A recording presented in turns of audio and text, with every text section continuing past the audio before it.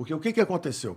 Como nós mudamos o eixo, é aquilo que eu falei, nós mudamos. Por que eles erram tantas previsões?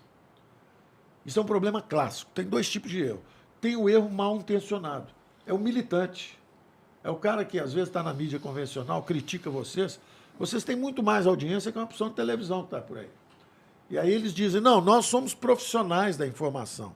Essa turma aí não sabe nada, eles não têm o mesmo critério que a gente. Fake news é fake news. Independe do meio com que é divulgado. Pode ser uma rede social, pode ser aqui no Flow, pode ser na Rede Globo, ou na Folha, onde for, no Estadão. Tem produtor de fake news para todo lado, independente do meio de comunicação. E tem gente boa que informa corretamente também em todo lado. Então, o que acontece?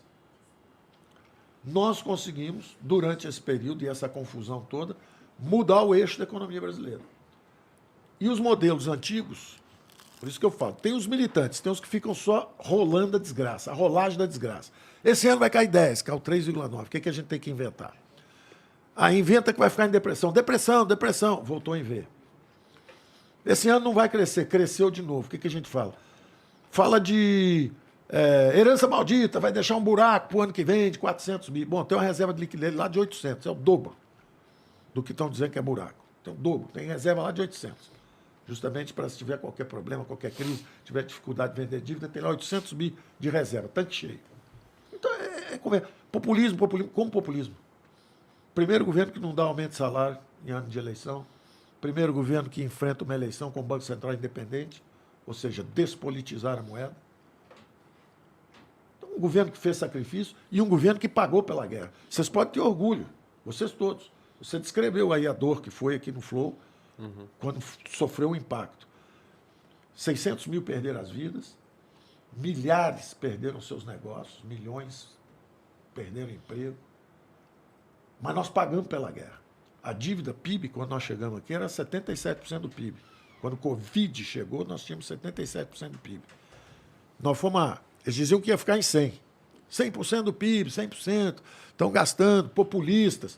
Pô, nós fomos a 88%, já estamos em 77% hoje. Ou seja, nós somos a primeira geração que enfrentou duas guerras. Nós atravessamos a guerra sanitária e atravessamos a guerra econômica interna. Agora estamos enfrentando a terceira, que é lá fora, pagando tudo. Pagamos, você pagou. Sua empresa sofreu dificuldades. Nós pagamos, alguns com a vida, alguns fechando a empresa. Pagamos tudo, voltamos, levantamos a economia, estamos em pé de novo, estamos crescendo 3,5%, vamos continuar crescendo.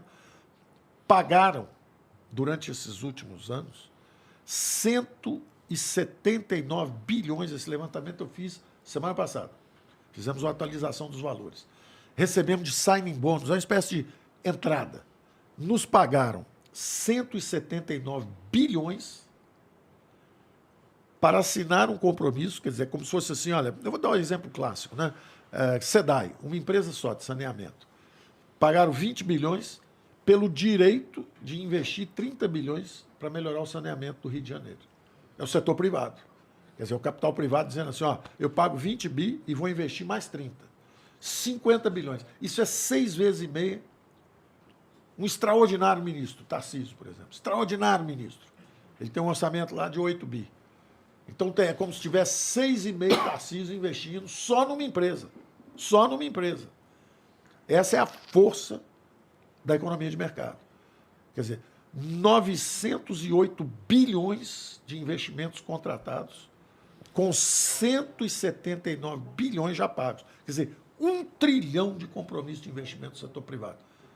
Em saneamento, telecomunicações, 5G, privatização de portos, aeroportos, ferrovias, tudo contratado. Então, nós trocamos o eixo da economia.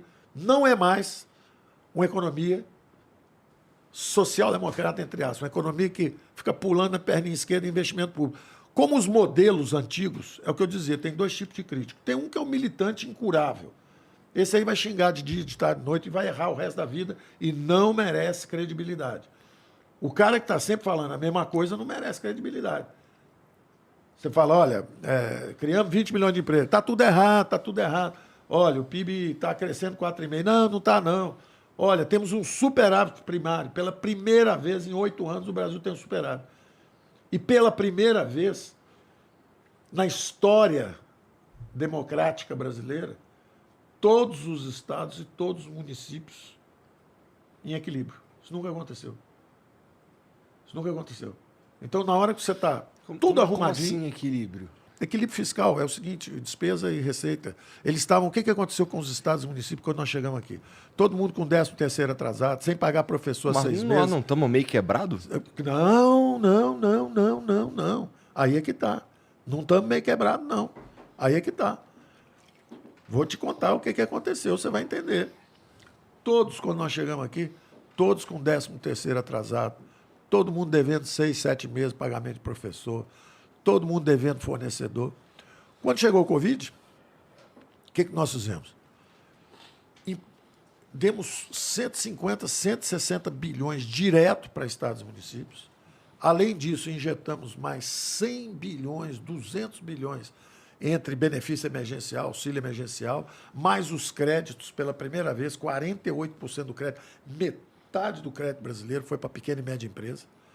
Então, nós encharcamos a economia de liquidez, justamente os ônibus tinham que circular.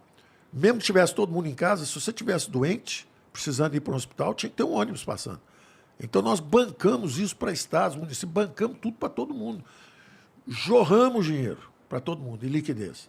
Transferimos, é o que eu disse, nós chegamos aqui, o déficit era 2% do PIB, passou para 1%, fomos para 10,5%, quer dizer, nós jogamos 10% do PIB para todo mundo, para ajudar todo mundo a enfrentar a doença. No ano seguinte, o déficit voltou para 0,4%, quase nada. E esse ano é a primeira vez em 8 anos que está todo mundo em superávit.